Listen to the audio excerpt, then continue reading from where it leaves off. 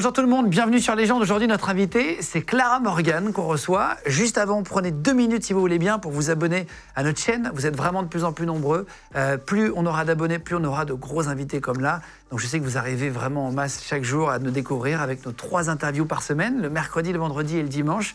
Donc merci beaucoup à vous de vous abonner, de prendre 30 secondes. Si vous voulez mettre un petit commentaire, un petit pouce en l'air, activer la cloche aussi pour être encore plus réactif sur YouTube. Merci beaucoup à vous tous en tout cas. Et là c'est parti avec Clara Morgan. On y va. C'est Clara Morgan dans Légende. Bienvenue, merci. Merci.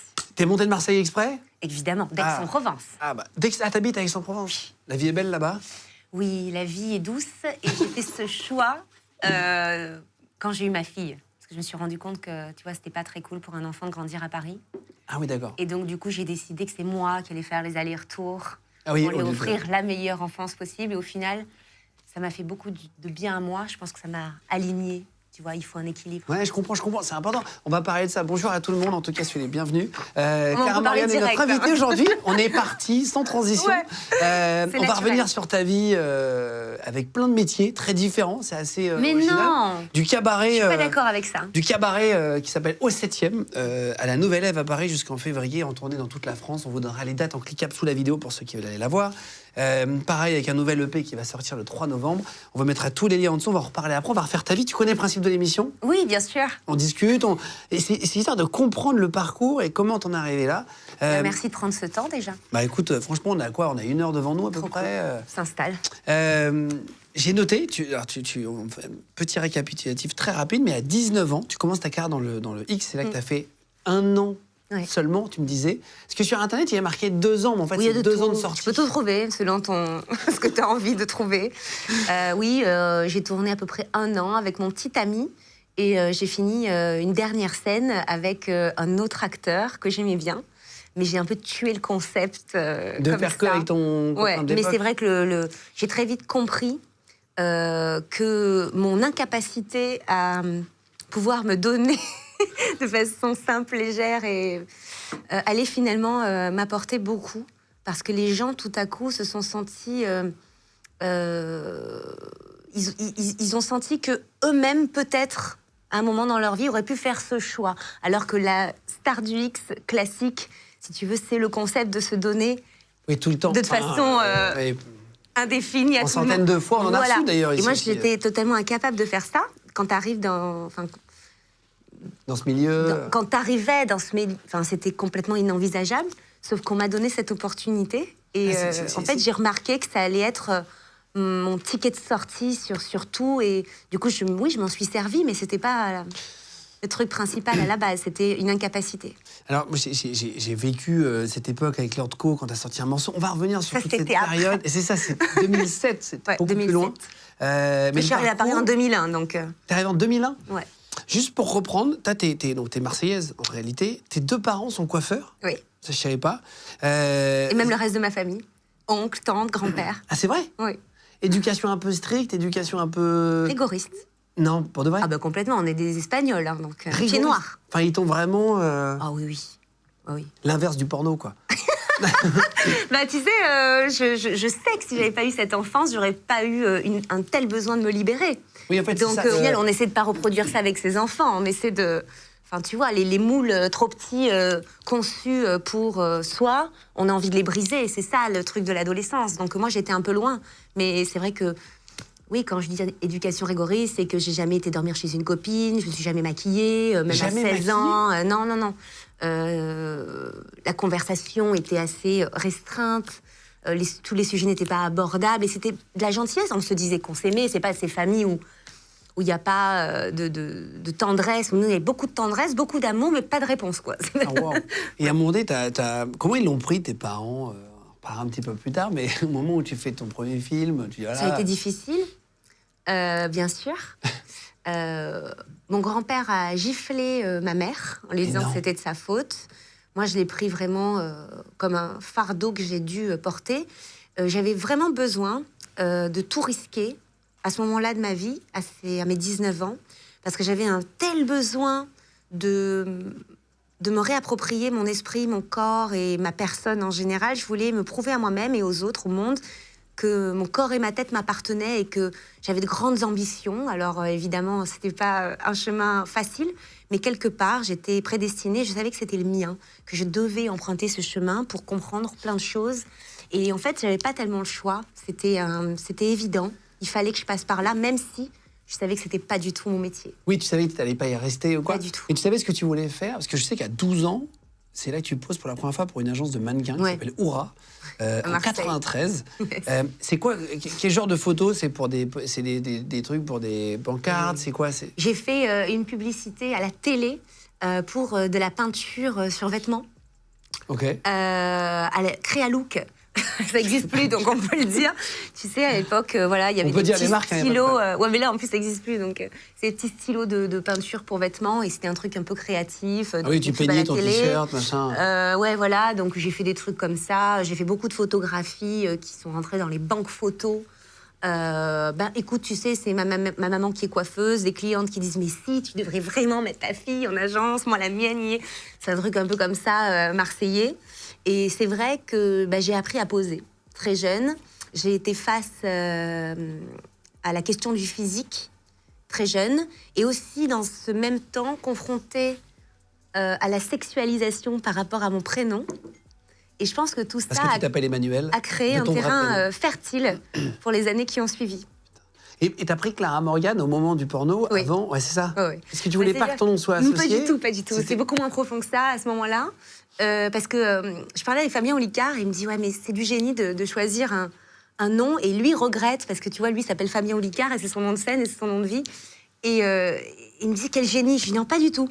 T'as juste 19 ans et on te dit « Tu peux choisir un nom. Waouh, génial! Je peux créer un personnage, je peux me réinventer, je peux donner un prénom que j'aime bien, que j'ai entendu. » Ça se limite à ça. Sauf que assez rapidement, on se rend compte que c'est intéressant de créer une marque et de tout inventer la concernant. Oui, mais ça n'a rien à voir parce que Emmanuel était déjà pris pour les films aussi, c'est ça, non? Il y avait de ça. Dans la cour d'école, on m'a pas mal emmerdé avec ça. Emmanuel 1, Emmanuel 2 C'était, c'est pour ça que je te parle de sexualisation assez rapidement. Ça, plus la photographie, la beauté, il y avait quelque chose avec le physique qui était latent et qui m'a questionné assez rapidement sur le rapport tête-physique. Ah oui, d'accord. Et c'est à 17 ans seulement que ton copain de l'époque t'initie au naturisme. C'est moi. C'est toi? Ah oui, je ne suis pas victime. Hein. non, je prends pour moi, il n'y a pas de souci. Mais en fait, moi, j'ai 17 ans et lui a 20 ans. Et je vois un reportage à la télé. Et moi, il faut savoir que je suis dans cette éducation rigoriste où j'ai le droit de rien.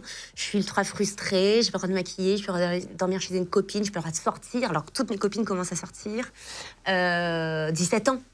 17 ans, en général, ça sort un peu. Moi, tu vas en boîte, quoi. Moi, j'ai des crises de nerfs avec ma mère. Ça part assez loin dans la violence. Il y a des chaises qui traversent la pièce. Parce que, oui, j'ai une éducation assez violente parce que je passe du statut d'enfant à celui d'adulte sans transition parce qu'on ne me laisse pas le passer, en fait. Donc, je passe en force.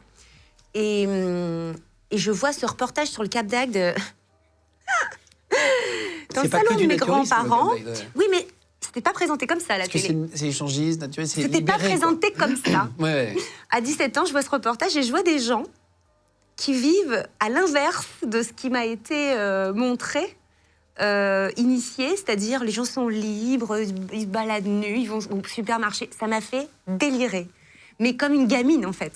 Je me suis dit, waouh, c'est Euro Disney des adultes, je veux voir ça en vrai. Oui, t'avais envie de ça. C'était vraiment, parce que j'étais jamais sortie de Marseille aussi. Et je crois aussi que peu importe l'éducation, t'as une personnalité, tu nais, parce que parfois, il y a des parents qui ont plusieurs enfants, ils les éduquent pareil, il y en a un qui va devenir, tu vois... Oui, c'est vrai, c'est tout le temps le cas. Hein. Ça dépend, en fait, en vrai. C'est la question de l'inné et de l'acquis, ça. De quoi? De l'inné et de l'acquis? Ouais. C'est-à-dire, qu'est-ce qui reste de l'éducation, au final? Oui, bien sûr, bien sûr. Donc, je pense qu'il y a aussi une part de personnalité, et tu avais peut-être envie de ça. Et donc, tu vas là-bas, tu vas au Cap d'Agde. En fait, ce qu'il faut comprendre sur moi, si tu veux t'intéresser à mon cas, c'est que moi, la curiosité a mené ma vie. C'est-à-dire que je suis une grande curieuse de tout. Aujourd'hui, ça me fait m'intéresser aux maths alors que j'ai toujours été nulle. Et c'est-à-dire qu'à des moments de ma vie, comme ça, je veux comprendre, Non, je veux tu t'intéresses savoir. aux maths parce que t'es une fille qui commence à aller à l'école et que tu veux pas être ringarde quand tu vas pas comprendre Non, cette pas voix. du tout, c'est pas ça. J'ai aucun problème à dire je comprends pas avec ton père. C'est vrai Non, j'ai aucun tabou là-dessus. C'est juste que je comprends maintenant que les chiffres régissent tout. Ils sont le quadrillage de notre quotidien et c'est hyper intéressant. Ça s'appelle la géométrie sacrée. Bref, ce que je veux dire, c'est que je suis une grande curieuse. Tu parles du nombre d'or? Il en fait partie, mais ce n'est pas l'essentiel. Et ce que je veux dire, c'est que j'ai toujours été une grande curieuse, même encore aujourd'hui. Et le Cap d'Agde, ça a été une curiosité presque d'enfant, d'adolescente. J'ai voulu voir des gens qui vivaient autrement que ce qui m'avait été montré. Et j'ai eu encore plus la surprise, parce que ça, pour le coup, je jure que je m'y attendais pas, même si aujourd'hui personne ne me croit. Je me suis rendu compte sur place que les nuits étaient très agitées, que des gens qui avaient l'âge de mes grands-parents à l'époque se baladaient en chaîne, en cuir, en mode SM. Ah, en Moi, journée? j'ai tout découvert ça. Non, c'est la nuit, ça. La nuit? C'est la nuit que tout change. Et si tu veux, j'ai eu comme une espèce d'accélération de particules, ouais, tu découvres tout ça? D'éducation de la vraie vie. Et j'ai été émerveillée. Pas parce que je me sentais SM, pas parce que je me sentais échangiste. D'ailleurs, je n'ai jamais pratiqué l'échangiste. Par contre, ce qui me nourrissait, je trouvais ça incroyable, qu'on me raconte. Je posais plein de questions. J'avais rencontré, je me rappelle très bien, un couple. Moi, je suis bisexuelle, donc j'ai compris aussi là-dessus que je pouvais me détendre avec ça et que c'était pas si grave Oui, d'aimer les filles et les garçons. Voilà. Mais par contre, je lui ai posé beaucoup de questions sur la jalousie, sur le rapport dans le couple. Franchement, ça me sidérait qu'on pouvait être échangiste. D'ailleurs, c'est vrai. Je trouve toujours ça incroyable. Mais du coup, j'étais là-bas. Enfin, ça va te faire rire, mais c'est un genre de journalisme. J'étais en mode, non, il faut vraiment que vous racontiez, les gars. Ouais, t'étais curieuse. Ouais, vraiment. Et tu parles aux gens. Attends, mais t'as que 17 ans, tu vas là-bas? Et en fait, comme on était le couple jeune, parce que là-bas, il n'y a que des trentenaires minimum. Ça commence à 30 ans. Ah, c'est plus âgé quand même. Beaucoup plus âgé. Donc toi, t'as 17 balais, tout le monde s'intéresse à toi. Et puis, pas qu'à moi, on était un couple. Donc, tu vois, on était beaux, on était frères, on était jeunes, on arrivait, tout le monde était... Qu'est-ce qui se passe? Et donc, du coup, on a attiré la sympathie, on a parlé aux gens, ils ont été cool, on s'est fait intégrer sans être intégrés, sans pratiquer. Oui, bien sûr, juste... C'est assez rare, parce qu'à un moment, tu mets un pied... Tu mets pas que le pied, quoi. Normalement, tu t'engages. C'est engageant. Pas pour nous. Et c'est ces mêmes gens qui m'ont parlé, c'est pour ça que tout décline de là, du salon de l'érotisme parisien. Alors moi, pour moi, j'étais jamais montée à Paris. Je me disais, waouh, vous montez à Paris, il y a un salon. C'est vrai que ça m'a mis des paillettes dans les yeux. Et il se trouvait que c'était au mois de janvier, mois de mon anniversaire. Donc mon petit ami de l'époque, Greg, a pris son salaire intégral de la Poste, parce qu'il était postier. Okay. On est allé au distributeur en espérant vraiment que ça fonctionne, parce qu'on prenait la route. Et on était là, l'argent va sortir du distributeur parce que c'était peut-être le premier du mois, tu vois. Et là, on a eu le salaire. Il m'a dit, mon cadeau d'anniversaire, c'est de te monter à Paris sur ce salon de l'érotisme, parce que ça te fait marrer. Oui, ça t'intéresse. Et il faut savoir qu'on n'avait jamais pris la voiture, qu'on a roulé derrière des camions, qu'on a mis 12 heures pour monter, et que quand j'ai vu la Tour Eiffel de très loin sur l'autoroute, j'ai pleuré. C'est vrai. Voilà. Et pour moi, Paris, c'était tout ça. Mais non, elle pleure de tristesse quand elle non. Ouais, ça lui reste un peu des bouchons. Non, j'avais l'impression de faire quelque chose par moi-même, de devenir grande, de vivre une expérience en plus un peu controversée, c'est vrai. Et on a besoin de ça quand on passe l'adolescence. Ouais, bien sûr. Et qu'est-ce que tu découvres réellement au salon de l'érotisme? Bon, bah là, tout change. Qu'est-ce qui se passe là-bas? Moi, je ne connais pas. Là-bas, tout change. Je connais le nom, mais je ne suis jamais allée pour le coup. Je sais pas, c'est fini, hein, c'était la grande époque il y a longtemps, à mon époque. En fait, ce qui se passait, c'est que avant ça, il y a eu la mode, avant cette période, il y a eu la mode des mannequins.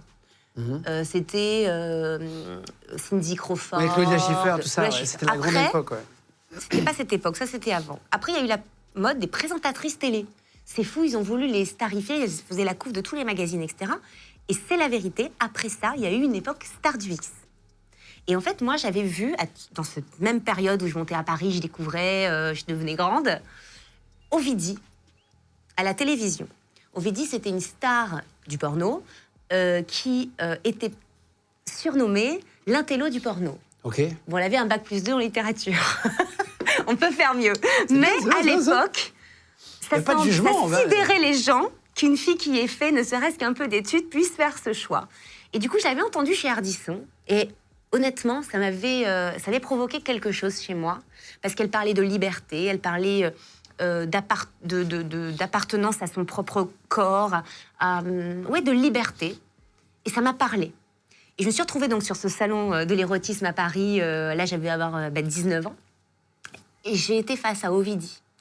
Et du coup, j'ai échangé quelques mots avec elle. J'ai trouvé que sur ce salon de l'érotisme, avec que des acteurs, des acteurs, ça veut dire réalisateurs, Ouais, bien sûr, bien sûr. du monde du X, il n'y avait que des gens drôles, bienveillants. Et honnêtement, je me sentais bien dans cet univers. Il faut savoir que tout le monde, parce qu'on se fait remarquer, encore une fois, il n'y a personne comme nous qui arrive, qui a 19 ans. Il n'y a que des mecs qui traînent sur les allées avec une banane, on est d'accord, on sait très bien. Non mais on sait très bien le genre de public. Donc si tu veux, t'as ce couple, petite Marseillaise avec petit carré blond. Mais qu'est-ce qu'ils font là? C'est Alice au pays des merveilles et l'autre, on ne sait pas. Bon bref. Et ils nous ont proposé tout de suite de tourner. Marc Dorcel, tout le monde. Et on a dit, mais pas du tout, moi je suis en BTS Action Co. J'étais en BTS Action Co. Ma mère, j'avais le dos de la famille. Ça intéressait un peu plus Greg déjà. Mais moi, je me voyais. Lui était plus attiré par ça. Lui, oui. Oui, lui, disons qu'il avait des avantages et il avait besoin que ça se sache, que ça soit connu. Tu vois, des trucs un peu. Bon. Ah, il était particulièrement hors norme. C'était pas mal. Ouais. D'accord. Et non, mais bon, tu sais, je pense qu'à cette époque, voilà, parce qu'il y avait. On voyait beaucoup Rocco Siffredi, il y avait une espèce de masculinité extrême à faire ce métier. Bon, c'était un peu adulé par les mecs de mon époque. Plus maintenant, c'est moins la mode, mais bon, bref. Bon, moi, j'étais vachement sur la réserve. Non, je vais finir mon BTS Action Co. Moi, je peux pas coucher avec vos acteurs, là, c'est impossible. Et il se trouve que Fred Coppola est venu vers nous et il m'a fait la même proposition. Qui est un réalisateur, c'est ça? C'est drôle son nom, hein. Ouais. Fred Coppola. Ouais, ça fait rire. Mais, on comprend le jeu de mots, donc on comprend que c'est un réel de cul, quoi. Ouais, voilà, c'est ça. Bah, je pense que c'était la volonté initiale. Et du coup, il s'approche de nous, il nous dit qu'on va être les stars de demain. Je lui dis, attends, je te calme tout de suite, moi je ne tournerai pas de film, je ne suis pas une star du porno potentiel, je ne peux pas arriver sur un plateau tourner. Il me dit, non, mais j'ai compris, parce que Marc Dorcel me l'a dit, l'information est passée dans le salon. En fait, moi je suis venue avec une proposition, c'est que vous n'allez tourner qu'ensemble. Je dis, mais ça se fait pas, ça. C'est un métier. Il me dit, non, ça ne se fait absolument pas. Et c'est pour ça qu'on va devenir numéro 1, qu'on va cartonner. Ah, il te propose ça comme ça? Ouais. C'est lui qui a réalisé après? Ah ben, après, j'ai signé avec lui en exclusivité. Attends, tu signes au salon? Non. Je suis rentrée dans mon BTS Action Co. Ah, waouh. Et j'ai vécu le plus grand moment de solitude de toute ma vie au milieu de cette pièce remplie de gens qui n'avaient pas vécu les expériences que j'avais vécues. Vu avant? Je me sentais... j'entendais plus rien. J'entendais plus, je voyais plus, j'étais plus du tout à ma place quand je me suis réassise dans cette classe. Oui, t'as découvert un peu un truc incroyable. Ouais, c'était mort. En fait, c'est quand on a trop vu, quoi. Ouais. Et du coup, c'est comme ça qu'on a débarqué à Paris avec un appart. Tu quittes ton BTS? Ah ouais. Ah ouais. Fred m'a proposé un appart payé à Paris, de tourner 2 films à l'année avec mon petit ami, et donc du coup d'essayer de me lancer en photo, tout ça, pour d'essayer de m'aider dans ma carrière. Et ça a commencé comme ça. Ah waouh. Et donc tu pars avec ton chéri de l'époque, ça fonctionne direct. Premier film, tu vois. Avant? Oui, parce qu'il faut savoir que quand même dans ce métier, il y avait très peu de jeunes filles. La première, elle devait avoir 30 ans. Je ne dis pas qu'il n'y en avait pas du tout, mais il y avait une certaine fraîcheur. Quand j'ai été très vite invitée sur les gros plateaux télé. Et c'est vrai que... Lesquels, par exemple, à l'époque? Mon tout premier, c'était Ciel mon mardi. Ok. Donc ça, c'est Christophe de Chavannes. Ouais. À l'époque, c'était exceptionnel. En fait, c'était pas de la première... C'était Coucou, c'est nous, Ciel mon mardi. Il y avait Alors, des émissions. C'était pas à l'époque de la première... Quand c'était arrivé la première fois, c'est quand c'est revenu à la télé. Quand même, dire qu'en gros, je suis pas si vieille que ça, c'est ce que je suis en train de dire. Et tout de suite après, j'ai fait Ardisson. Ok. Ils ont été gentils avec toi? Oui. Mais ça a été une révélation pour moi. Parce que je suis arrivée sur la pointe des pieds en me disant... Tu vas te faire... Là, je vais dans une arène. Ah ouais. J'ai 19 ans, je vais me faire bouffer. Baffy, il pouvait s'il t'aimait pas. Mais j'ai essayé de pas trop intellectualiser ce truc-là en amont pour pas trop stresser et de me laisser... En fait, je voulais être naturelle. Et j'arrive sur le plateau de Ciel mon mardi, je me rappellerai toute ma vie, il y a Lio et d'autres personnalités, mais je me rappelle que Lio. C'est Banana Split, Lio. Arrête. Non, mais c'est qui a fait ça, mais pour. Ah, ça, quand même, c'est une légende. Non, mais bien sûr, elle mais- pourrait être cette Je place. sais, mais. Et elle la tienne. Elle est très forte, j'adore cette femme. Et je la rencontre, bon, moi je suis vraiment... voilà, je rencontre Lio, enfin, et d'autres personnalités. T'es une petite provinciale, quoi. Et là, je vois tout le monde très inquiet pour moi. J'ai senti ça. J'ai commencé là avec mes histoires d'énergie, là, à ressentir les gens, les ambiances. Tu ressens les gens? Je pense que c'est la clé de la réussite sociale. De quoi? Le ressentir un peu, ouais. Tu crois à... Ouais, à ça, aux pierres. Tu crois aux pierres qu'on recharge avec la lune? Non, mais attends. Alors commence pas avec tes trucs, parce que Non, attends. tu sais très bien que ça part dans des trucs ridicules, genre ouais. Non. Alors, et sinon, non. Absolument pas. Tu veux que je te raconte? Je vais te raconter deux Je anecdotes. crois en l'énergie Pour des te montrer. pierres. Mon meilleur pote a toujours une pierre rose sur lui, Oui. qui recharge avec la lune. Et c'est un de mes associés sur une autre base. Je le vanne fort Oui, dessus. mais j'imagine. Non, parce qu'à chaque fois, il dit attends, j'ai pas assez rechargé la Oui, lune. non, elle est je où, suis tout pas à ce stade. Et donc, il est mais un par peu, contre, tu sais que effectivement, les pierres ont des énergies. Ça, par contre, je suis d'accord. On peut. Et tu crois que tu ressens? Non, mais alors, attends. Tu crois que je me moque de toi, mais pas du tout en plus. C'est dommage. Alors enlève ce rictus, s'il te plaît. Je rigole, vas-y. Non, j'adore en rigoler aussi. Je me moque de moi-même, t'inquiète pas. Non, mais tu vois tu ressens les gens, c'est-à-dire que tu fais hyper attention quand tu sens que le gars dégage un truc pas bien. Enfin, Je fais pas du tout attention. c'est vrai. C'est un truc que je peux pas maîtriser. Et je pense qu'avec les années, quand tu cultives ça, ça devient fou. C'est-à-dire que tu vois tout de suite. Je suis en séance de dédicace. Il y a une personne qui m'a fait un peu de mal récemment, qui était une assistante à moi. J'ai voulu la défendre. C'était une mytho. Bon, bref, tu as envie des moments comme ça dans la vie où on se trompe sur des gens. Ça m'arrive. En fait, je me suis pas écoutée depuis le début. En disant, ne te fie pas à certaines choses, les gens sont pas gentils. J'ai défendu à tort alors que j'aurais dû m'écouter. En fait, je le savais depuis le début. Bref, tout ça pour te dire. Séance de dédicace. Il y a 300 personnes après un spectacle de cabaret. Énergie noire, ici. Je regarde même pas. Ah, tu le sens? Mais ça m'oppresse. Non, mais ça, je peux comprendre. Mais Alors c'est ça, douloureux. C'est un truc genre, je veux qu'elle sorte, sinon ça va pas. Et je dis à mon mari, putain, je sais pas ce qu'elle trimballe, elle, mais c'est chaud de me détester, venir pour moi. Je sais pas. En fait, il se trouve que la meuf qui était mon assistante, que je n'aurais jamais dû prendre, a volé des places à la radio pour faire venir sa famille. C'était sa cousine, que je ne connaissais absolument pas. Et ça, je te raconte ça parce que, voilà, là, c'est évident. Mais c'est du quotidien. Je vais à la réunion des parents pour la rentrée de l'école de ma fille. C'est ce soir à 18h pour moi. Non, mais moi, c'est passé. Je m'assois à la place de ma fille. Ok. Ok. Ouais, tu veux comme. Ok. Mais je pense que c'est parce que je l'ai cultivé. Ou Ça parce qu'il y vient avait pas. le prénom moi, de ta je fille suis- sur la chaise. Je te jure que non. Je te jure que non. Je suis pas une mytho à ce point, je te dirais.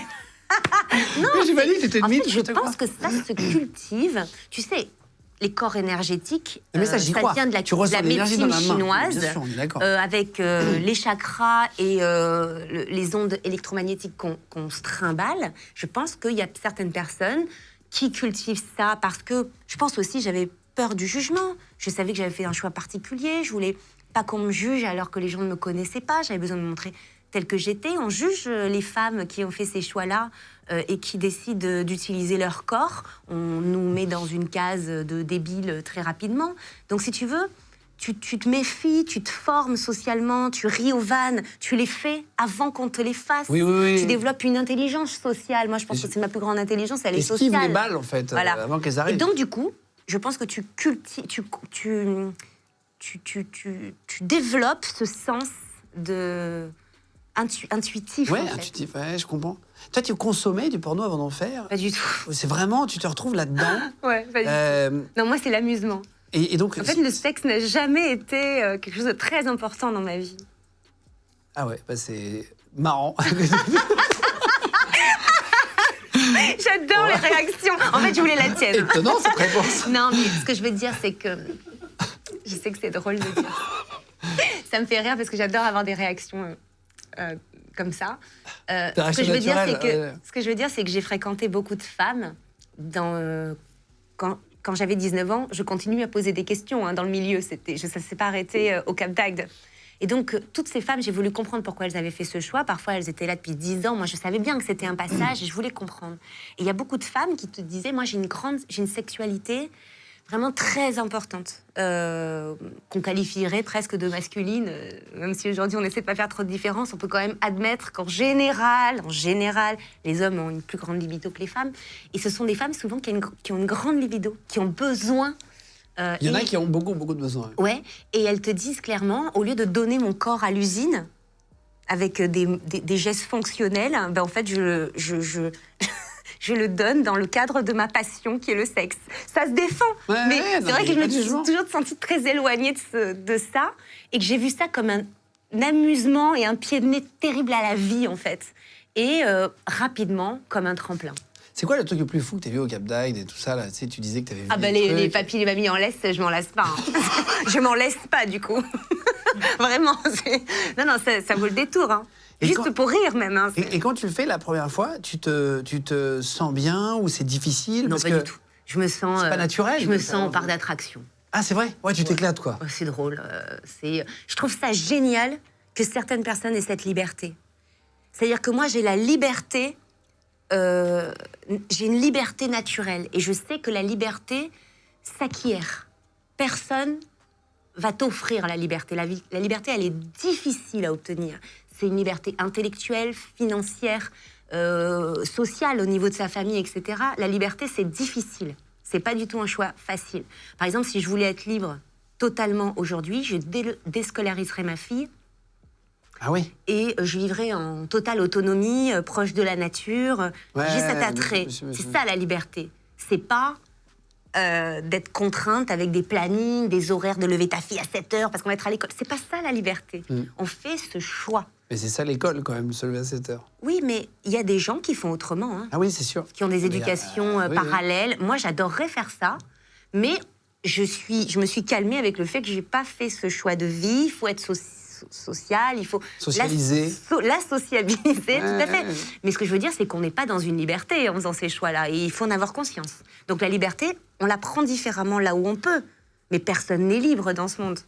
Ah bah non, bien sûr, on est d'accord. Enfin si, il y a 2-3 quand même qui doivent être un peu libres. Hein. Mais quand tu vois ces gens aussi libres que ça, ben moi, ça m'inspire. Alors, j'ai pas envie de faire comme eux. Non, je comprends. En fait, c'est juste une éducation, c'est notre éducation qui fait qu'aujourd'hui, on a un couple monogame, etc. C'est un couple judéo-chrétien. Alors que je suis ultra monogame, hein, mais je trouve ça génial. Avec mon mari, on se dit que c'est pas une barrière à notre amour. Si un jour, il y a des tas de couples qui te disent « Moi, tu me trompes, c'est terminé ». Pour nous, c'est important, c'est un vrai sujet, mais c'est pas une cause de rupture. Quand ça fait 15 ans que t'es avec l'homme ou la femme de ta vie, nous, on se pose pas de questions. On sait que on va mourir ensemble. On s'est trouvés. Il y a 2 points dans l'univers qui ont été reliés. C'est fini, on a compris. Ah, tu l'as senti? Le mind est là. Il y a pas c'est vrai. Oui, c'est bon. Mais la vie est longue, hein, comme... Comme dirait Brel, il fallait bien passer le temps. Tu crois à la fidélité toute la vie? Oui. Bah pour l'instant, ça marche assez bien. Mais quand je dis j'y crois... Maintenant que tu as fait ta réponse de mytho, je vais te reposer la question. Non, en fait, quand tu me dis j'y crois, ça veut dire est-ce que certaines personnes sont capables de le faire? Oui, j'y crois. Non, en vrai, oui, évidemment. Maintenant, je pense que c'est difficile. Que peut-être il y a des deals dans le couple parfois qui peuvent aider, mais moi j'en suis pas là encore, ça va, pour l'instant c'est léger. Ça fait combien de temps que tu es avec lui? Combien de temps? Ça doit faire 15 ans, on a 12 ans de mariage, mais je dois avouer que les métiers qu'on a choisis aident au couple, parce qu'on a évité ce qui est un tue-l'amour absolu, c'est-à-dire le quotidien. Chaque jour est différent. Je pense que c'est très, très dur de se lever tous les jours à la même heure, d'aller au même boulot. Je suis très admirative des gens comme mes parents qui ont eu cette vie. Et c'est vrai que ça peut irriter, mais très vite, très, très jeune. Et c'est pas pour ça que j'ai fait du porno. Je me suis dit, OK, ça, je sais que je ne peux pas le faire physiquement. Je vais vriller. Je vais devenir dingue. Si chaque jour je fais la même chose, que je me lève à la même heure, je peux pas. Donc je sais pas ce que je trouverais dans la vie comme pour pas faire ça, mais je savais que j'en étais incapable. Alors attends, on va revenir à comment tu as rencontré ton mec, etc. Pour finir sur le porno, donc tu tournes qu'avec lui, tu tournes que 5 films. Ouais. En fait, c'est très peu. Bah oui. C'est fou. Et ça a marqué quand même comme quoi, hein, une génération. C'est parfois par le minimalisme qu'on arrive à, c'est vrai, ça. à certaines Pourquoi t'en fais que 5 si tu t'éclates? C'est une vraie question pour comprendre le mindset et après comment tu pars sur autre chose. Pourquoi t'en fais que 5 si ça fonctionne bien, t'as ton appart, t'as ton mec, vous kiffez? À quel moment tu décides d'arrêter et pourquoi? Il y a 2 choses. C'est que, j'ai fait le tour de la question, je ne m'amuse absolument plus parce qu'au bout des 6 positions, c'est bon. Oui, quoi. c'est ça. Il n'y a plus rien à apprendre. Et comme je suis une grande curieuse, j'ai envie de mordre la vie. Pour moi, ça, j'ai fait le tour et je passe à autre chose. Sauf que mon mec, pas du tout. Lui, il veut devenir Rocco Siffredi. Ah, c'est vrai? Ah ouais. Eh oui. Ouais, il se dit, Donc, oui, il c'est file ça. avec lui. Il va dans l'équipe, nous on se sépare, c'est assez difficile pour moi. Je comprends qu'il veut brûler sa vie par les deux bouts. Dans les excès un peu, ouais. Ah oui, et que moi j'ai un grand instinct de survie. Et puis j'ai de la chance parce qu'on me propose le journal du Hard, c'est ma porte de sortie, on me propose d'autres choses. Je deviens égérie d'un grand magazine masculin à l'époque qui s'appelle FHM. Je commence mes calendriers, j'ai ma carrière qui fait comme ça, et lui elle fait comme ça, mais dans l'autre sens. Donc en fait ça nous sépare, ça stoppe ma carrière nette, et en même temps c'est un choix.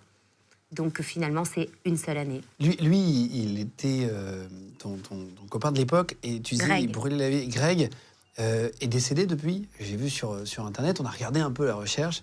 Il est décédé d'une overdose, je crois, c'est marqué sur Internet. Il a continué de brûler la vie par les deux bouts jusqu'au bout, vraiment. Oui. C'était ça? En fait c'était fou parce que notre rupture, c'était pas si évident parce que lui voulait continuer. Moi, je voulais pas qu'il couche avec d'autres filles. J'étais jalouse. Ouais, d'accord. Puis moi, je voulais arrêter ma carrière. Bref, on savait que ça faisait ça. Et puis moi, j'avais connu que lui. Moi, j'avais connu à 16 c'était ans. ton premier chéri. Je suis couchée qu'avec lui, de 16 à 20, tu vois. Et ça a été dur. Ça a été mon premier gros chagrin d'amour. D'amour, ouais. Et très dur. Mais ça m'a bien armée. Parce que là, je me suis retrouvée toute seule à Paris. Hein. J'étais montée en couple et en fait, j'étais libérée et j'étais heureuse d'être seule. J'ai trouvé mon appart, j'étais indépendante financièrement. Bref. T'avais que 20 ans, hein. Ouais. Et tu disais tout à l'heure, le dernier film, c'était pas avec lui? Enfin, il y avait un autre gars, c'est ça? Oui, parce qu'en fait, j'avais beaucoup de peine qu'il aille sur d'autres plateaux. Et c'est vrai que j'ai eu un coup de cœur pour Ian Scott, physique, hein, c'était pas très intellectuel, comme coup de cœur. Et disons qu'on l'a fait dans la vie. Et donc, ça a été mon au revoir. Ah ouais, au dire, porno, quoi. un Dit, peu, tiens. c'était comme un pied de nez, qu'il a très mal pris, Greg. Hein, Forcément. D'ailleurs, il m'en a voulu beaucoup, on ne s'est pas parlé pendant quelques années. Et une semaine avant sa mort, il m'a appelée. Et c'était incroyable, parce que tu sais, quand tu parles pas à quelqu'un pendant 4-5 ans, j'étais déjà avec mon mari de l'époque, on n'était pas mariés, mais j'étais déjà avec mon Jay, Ouais. le vrai amour de ma vie. Et il m'a dit, ouais, je reprends contact avec toi, j'ai vu que tu as sorti un disque, c'était à l'époque que je sortais des albums aussi, déjà. Et si je me réveille avec du talent, tu m'appelleras, on avait rigolé là-dessus. Et il est mort 2 jours, je crois, Oh là là. après, comme un au revoir, je l'ai pris comme ça. Ouais, parce qu'il ne pouvait pas savoir qu'il avait fait une non, overdose, non. c'était même pas une En maladie. fait, ce qu'il y a, c'est qu'il était hyper fier de lui parce qu'il avait arrêté La drogue. la coke. Ah, c'était Soyons coke. clairs. Il avait arrêté. Et je te le dis, je sais pas si je ne savais pas. Quand tu arrêtes pendant 4, 5, 6 mois et que tu te fais une soirée en disant, bon, ça va, ça fait 6 mois, je me fais une grosse soirée. Mais en fait, souvent, on en meurt parce que c'est Oui, le corps corps qui s'est habitué, déshabitué, réhabitué. Et il y a un espèce de truc comme ça. Ah, je savais Moi, pas. je ne ça. savais pas non plus. Mais disons que je ne suis pas triste parce que je pense qu'il a vu exactement la vie qu'il voulait avoir. Ah, il était allé à fond au bout de tout ce qu'il voulait faire. Ah oui, il voulait cette vie. Il voulait... Et après, il a fait acteur, lui, il a tu continué. sais, c'est le genre de... Oui. Ah oui, il était dans l'équipe de Rocco. Tu sais, c'est le genre de personne qui vit à découvert en disant comme ça, si un jour je meurs, j'aurais niqué la banque. Ah oui, Tu vois, bon, bah c'est... Voilà. Après, tu bascules au journal du Hard. On va en parler. C'est marrant qu'on a fait des recherches sur toi. Ah, la gaille. Il y a beaucoup de rumeurs. Ah, Clara Morgan. Il y a c'est beaucoup drôle, de rumeurs. ça. Alors, on va les sur démonter, ça. allons-y. Je fais les 10 rumeurs de l'invité souvent. Est-ce que tu es d'accord que je te pose les rumeurs que j'ai trouvées sur toi? Tu me dis si c'est vrai, pas vrai. Trop cool, c'est l'occasion de répondre. Vas-y. Et si tu veux pas en parler, on coupera. On bipera toute la question de Très intéressant pour les gens. Alors, les 10 rumeurs, il y en a beaucoup plus que ça. C'est-à-dire que tu peux chercher sur des forums, tu trouves toujours des petites conneries et tout machin. Tu aurais retrouvé un mec nu dans ton salon. C'est vrai ou C'est pas? marrant parce que les tournures de phrases, ça rend le truc complètement surréaliste. Oui. Oui, mais c'est pas tout à fait la bonne phrase. C'est-à-dire qu'en fait, pour mes castings de spectacles de cabaret, Ouais. je vois des gens. Et moi, j'ai pas, tu sais, une grosse équipe avec des casteurs, des trucs. J'adore faire les choses. Je trouve que c'est pour ça que j'ai fait ce métier, c'est rencontrer Oui, des de gens. A à Z. Ouais.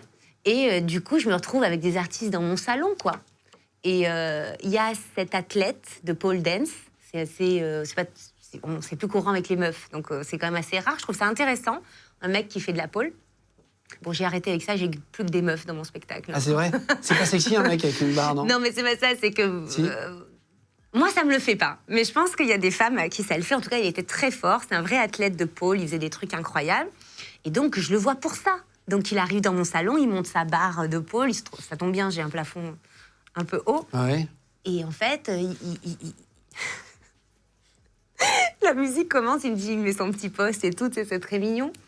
Et il me dit, 2 secondes, je fais une entrée. Donc il arrive comme ça, je le vois pas depuis mon entrée. Et il arrive en marin gradé, je sais pas comment ça s'appelle. Bref, le truc un peu classique du costume. Un peu Jean-Paul Gaultier, ouais, en mode... C'est ça, le truc classique sur les fantasmes, voilà. Ouais. Et là, il se met à faire un striptease, à machiner. Il fait son numéro de pôle. Et il s'arrête, et il s'assoit sur la barre, et il se met nu, et il pleure. Je veux dire, c'est quand même bizarre. Surréaliste pour moi. Donc, je suis avec mon mari qui est là. Non, mais lui, en plus, c'est un connard en ce moment. Parce qu'il est là. Il me fait rire. Je veux pas. Je dis, non, mais arrête, quoi. Tu peux pas. Parce que le mec, en plus, fait une performance. Oui, les premiers degrés, oui. C'est pas du tout pour faire rire, on va faire un sketch. Il fait un truc d'athlète. Sur la barre, faut voir ce qu'il fait. C'est chaud, hein. Il se met à pleurer parce qu'en fait, il veut montrer qu'en fait, il a une capacité d'acteur, de stripteaseur. Il a tout mélangé. Et c'est en ça que je me retrouve nue. Et là, j'ai un moment d'arrêt. Je me dis, juste 2 secondes, là. T'as un mec nu qui vient de finir en pleurs dans ton salon. J'ai un moment arrêt sur image avec mon mari qui est vraiment un salopard à ce moment-là, qui veut me faire rire. Donc, bref. Et... au final, le mec était génial dans ce qu'il faisait. Il m'explique qu'en fait, il a passé une barrière, qu'il est dans l'acting et que maintenant, il arrive à pleurer, qu'il avait vraiment très envie de le montrer. Mais ça reste quand même un moment surréaliste. Oui, non, mais je ne dirai jamais. Oui, c'est à moitié gênant et à moitié impressionnant. Oui, c'est très spécial à vivre. Alors, deuxième rumeur, l'OM t'aurait fait venir dans les vestiaires du PSG pour les déconcentrer avant un match. Est-ce que c'est vrai? Alors ça, c'est une des plus grosses rumeurs qui est sur toi. C'est énorme, on la trouve partout. Je pense que c'est parce que ça fait beaucoup rire les gens. Évidemment, c'est une grosse connerie. C'est-à-dire que, alors c'est l'histoire, c'est il y a longtemps, hein, Paris Saint-Germain, OM. Les Parisiens jouent à Marseille et ils perdent. Donc, tous les arguments sont mis sur la table pour justifier cette défaite, dont, et ça c'est vrai, ça sentait l'ammoniac dans les loges. Et en gros, les Parisiens disent que les Marseillais ont voulu les intoxiquer à l'ammoniac. Et, pièce maîtresse, c'est ma faute, parce que j'étais là, et que j'aurais déconcentré les joueurs dans leur vestiaire. Et t'as fait quoi dans le vestiaire? Je comprends que ce soit drôle à dire. Non, je suis la Marseillaise, je suis envoyée au combat, telle une Jeanne d'Arc marseillaise, pour libérer, si tu veux, faire gagner Marseille. Enfin, c'est drôle. Dans la tête des gens, j'imagine que je les attends en porte-jartel. Ça s'est pas du tout passé comme ça. Il y avait une radio, j'étais avec Michael Youn d'ailleurs, et le magazine Entrevue, et on a traversé les vestiaires. Deux mots qui me font voyager dans le passé. Oui, non, mais c'est vieux. Bah oui, mais tu me parles des anciens. T'as qu'à me parler de maintenant, je te parlerai de maintenant. J'adore Michael. Je connais. Et c'est vieux, donc. Entrevue. Non, mais Entrevue, ça fait longtemps que j'ai pas entendu Entrevue. Je sais pas. Cette défaite là je n'en ai de Paris. Aucune idée. Oui, cette défaite de Paris qui est ma faute. Et du coup, on a traversé une partie, pas les vestiaires, une partie des coulisses là pour aller être interviewée par une radio locale. Et point. Donc, je suis devenue l'arme de destruction massive, en tout cas de déconcentration avec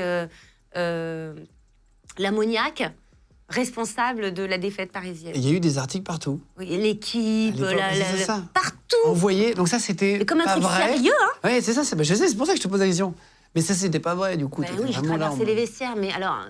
C'est vrai que le raccourci est vite fait, quoi. Clara Morgan est envoyée par Marseille et va déranger les... Oui, ils m'ont vu, oui, ils en ont ri, oui, ils en ont parlé, oui, ça a peut-être évoqué la discussion, mais ça... Mais c'est pas ça qui les a fait perdre. Je pense pas.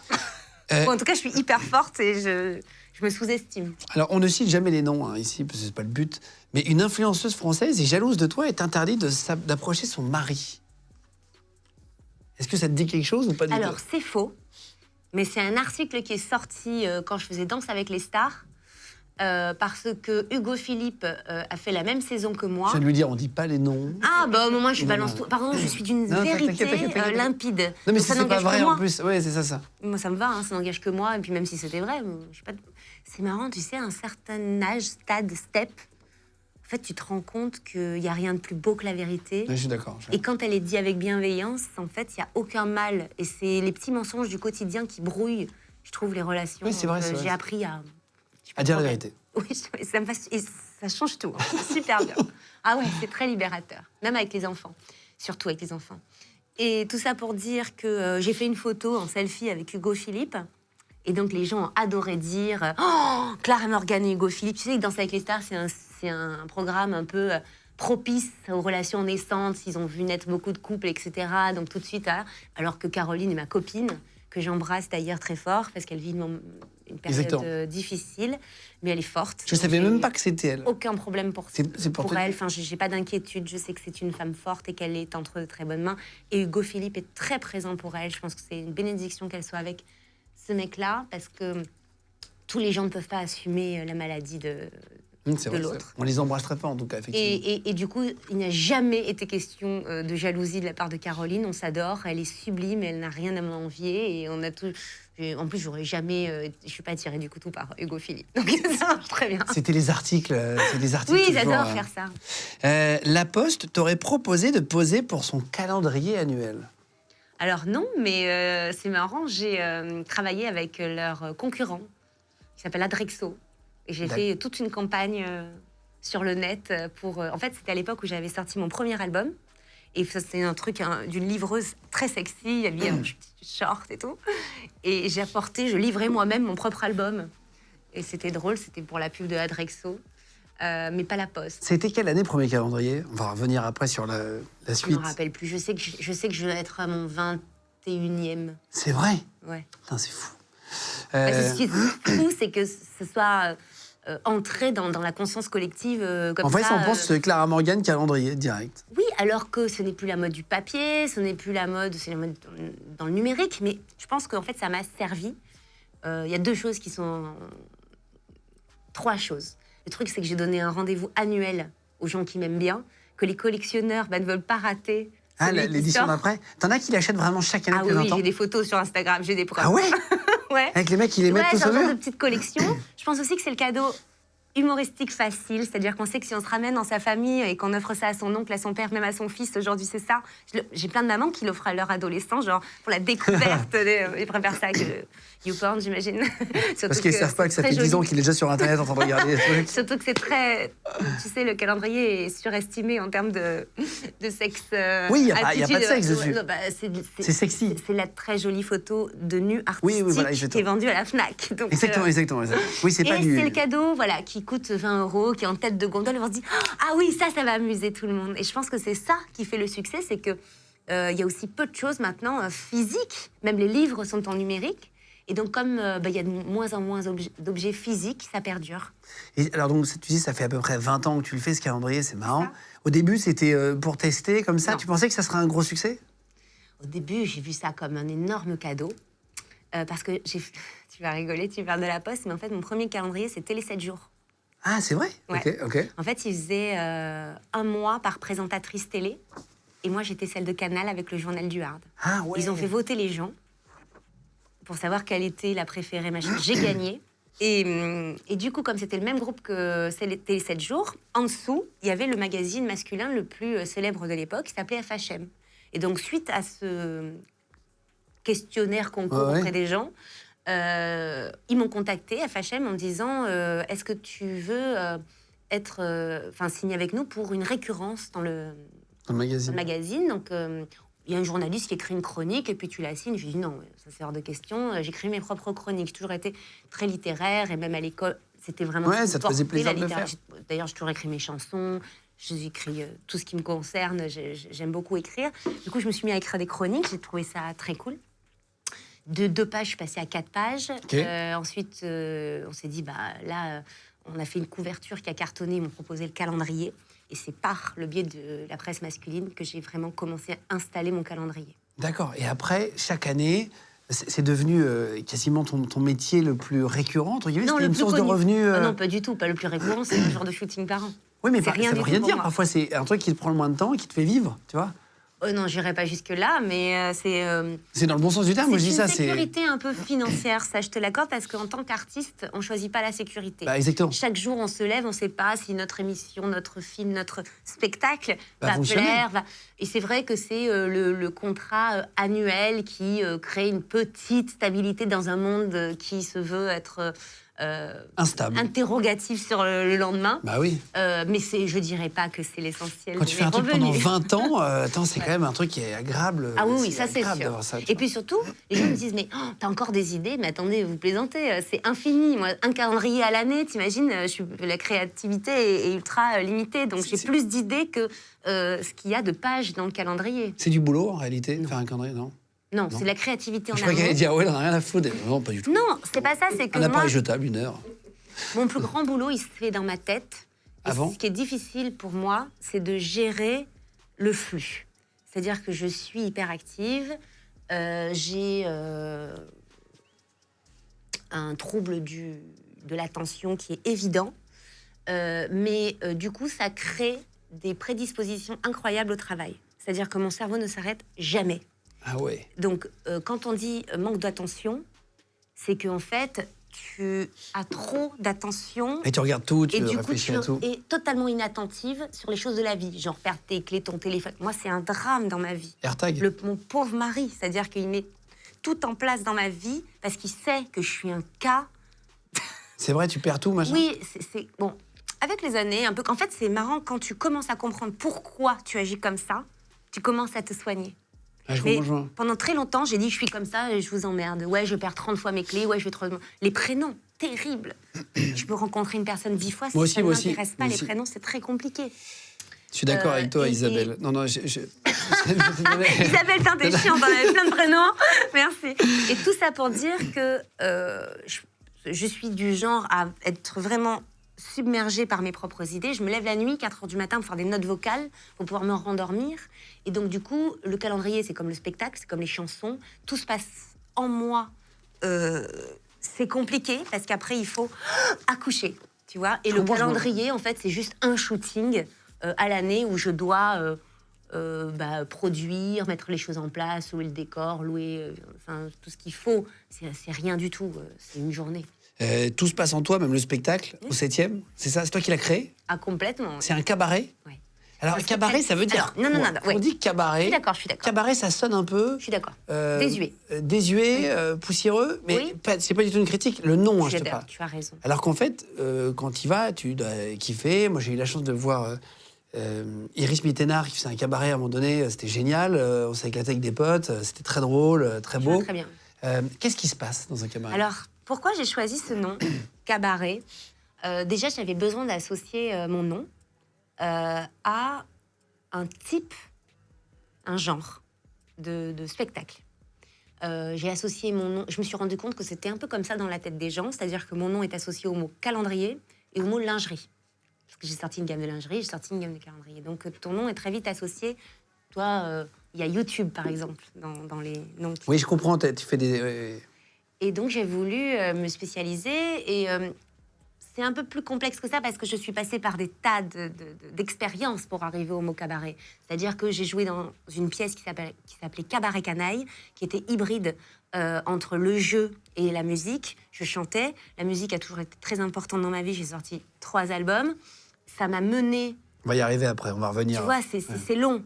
Ça m'a menée à rencontrer Gérard Daguerre, qui était le pianiste de Barbara, qui m'a persuadée que je pouvais m'entourer de 17 musiciens, on peut aller des congrès et faire un album jazz.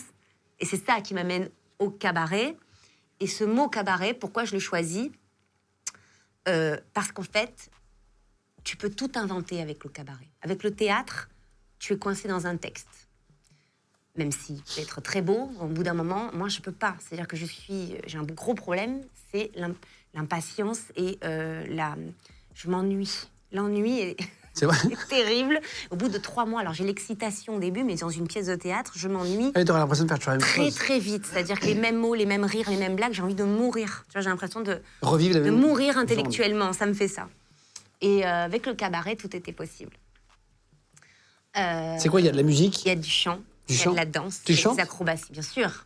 J'ai besoin de 6 ans sur scène, 6 ans de tournée. C'est énorme. pour savoir ce que je voulais vraiment faire Est-ce que tu avais envie de donner? et à quel point je voulais chanter, à quel point je voulais jouer, à quel point je voulais collaborer avec les artistes. Ouais, le dosage, machin.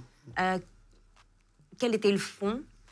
Et 6 ans après, comme je crois beaucoup aussi aux énergies, etc., c'est pour ça que je dis 6 ans après, le 7 s'est imposé à moi Sur toute ta vie, tu parles du 7 dans des interviews, tu dis le 7, c'est mais je toute n'ai ma vie. jamais été intéressée par le 7 avant. Parce qu'au 7e, c'est au 7e ciel, c'est au Bien 7e, sûr, c'est ça. Évidemment, j'espère bien que certains vont faire le, le rapprochement. J'y compte bien parce que je trouvais ça vraiment con de mettre ciel à la fin. Enfin, j'essaie d'être un peu subtile, si tu Oui, veux. oui. Voilà. Et tout ça pour dire que j'ai mis 6 ans pour comprendre et tout s'est mis en place dans ma tête. 7 femmes en scène, un album de 7 titres chantés en live, 7 tableaux. Je suis pas dans la numérologie, mais tout m'intéresse. Je rentre dans ma 7e année en numérologie. Il se trouve que c'est la 7e année du cabaret. Bon, ma fille a 7 ans. Ta fille a 7 ans, j'allais dire. Non, mais c'est fou. En fait, quand tu commences, c'est assez Malheureusement, ta dingue. fille n'aura pas tout le temps 7 ans. Non, mais oui, Non, mais- mais c'est par. Oui, mais ça marque une Non, mais, période. non, mais je comprends. C'est ce Je spectacle plaisante, au mais... 7e, 7 titres, 7 femmes, 7e année d'expérience. Tout s'aligne. Et là, je sais ce que je veux faire, c'est sortir un album de 7 titres que je vais chanter en live dans mon spectacle, mais aussi amener mon expérience de Danse avec les stars, la danse, le jeu, et surtout, j'ai très, très, très envie, depuis longtemps, de parler des femmes. C'est mon sujet. Elles m'ont pas toujours comprise. J'ai parfois eu des incompréhensions, je pense, avec la gente féminine, alors que moi, je suis une féministe. Par rapport au porno, tu veux dire, quand tu parles de ça? Par rapport Au calendrier? Oui, je pense qu'il y a toute une... Enfin, c'est marrant parce que je dis ça, et aujourd'hui, il n'y a que des couples qui viennent voir mon spectacle. Mais c'est fou, ça a été la grande surprise, parce que je me suis dit, mais qui va venir? Parce que On t'a fait des réflexions? 80% de mes followers sont masculins. À 80%? 80%, c'est Ah, énorme. wow. Ah, c'est Donc beaucoup. là, tu te poses la question quand tu as très envie de faire du spectacle, parce que tu sais qui achète le billet. Tu comprends? C'est la même qui vote pas pour moi dans Danse avec les stars. Le mari peut pas voter. Eh. Excuse-moi, t'es en train de faire quoi? Donc je sors. Première du classement, Ah, c'est vrai? 6e prime. Et donc je me dis quand même, il faut qu'elles comprennent que je suis pas leur voler leur mari. Enfin, c'est quoi le concept? Et je pense qu'il y a une incompréhension entre les femmes qui se servent de leur corps, qui n'ont pas de limite avec cette capacité, je trouve, après, à s'en servir, à user de son corps. C'est J'ai marrant. pas de problème. Et celles qui estiment que si on use de ce ressort, nos capacités intellectuelles sont tues et que ça nuit à la gente féminine en général.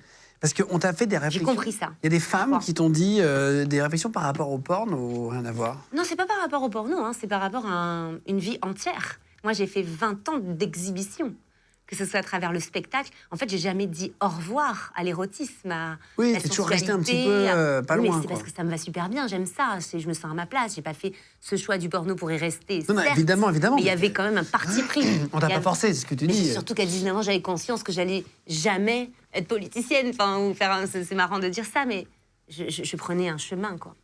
Et alors, attends, on va parler après, j'ai trop de questions à te poser. Juste pour finir sur les Parce rumeurs, que je suis marseillaise et j'ai beaucoup trop de réponses. t'as raté plusieurs fois le casting d'une émission célèbre, Danse avec les stars, et pareil, t'auras raté Non, plusieurs fois le j'ai fait casting qu'une avant. fois. Ah, tu vois, c'est marrant, c'est marqué ça sur Internet. Non, j'ai fait qu'une fois. J'aurais voulu le faire bien plus avant. Ça fait depuis J1, je voulais faire Danse avec les stars. Ils ont mis longtemps. À t'appeler? Bah oui, parce que faut m'accepter. Moi, je suis clivante. Je trimballe un concept, un état d'esprit. Donc, il faut être OK avec ça, tu vois. Et c'était F1. Et donc, ils ont attendu que je grandisse, je pense, slash vieillisse. Est-ce que t'as été sélectionnée pour faire Miss France à l'époque? Non, jamais de la vie. En région et tout, non? Non, mais du coup, à quel âge? Parce que 19 ans, je suis arrivée à Paris, tu vois. Puis je suis beaucoup trop petite. Je suis 1m65. Tu aurais monté un spectacle sur une version dénudée de Notre-Dame de Paris.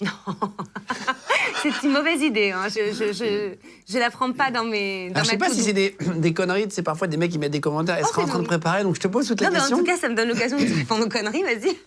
L'État t'aurait demandé à l'époque de faire une vidéo d'éducation sexuelle à diffuser dans Oui. les collèges.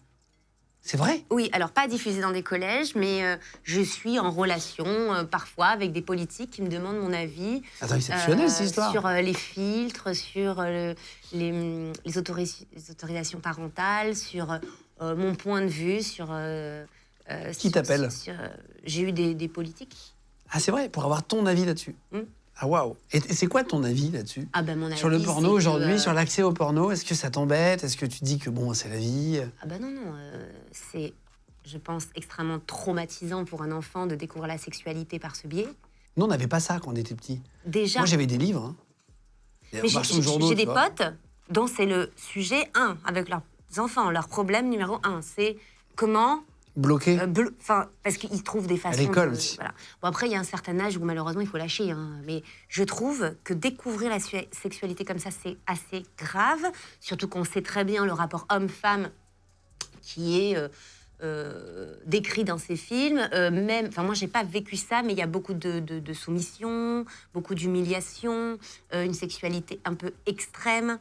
On ne sait pas toujours si la femme, la fille et le fait pour l'argent ou parce qu'elle aime être soumise. Enfin, toutes ces questions, je me les suis posées aussi. J'ai pas du tout envie que ma fille découvre la sexualité par ce biais.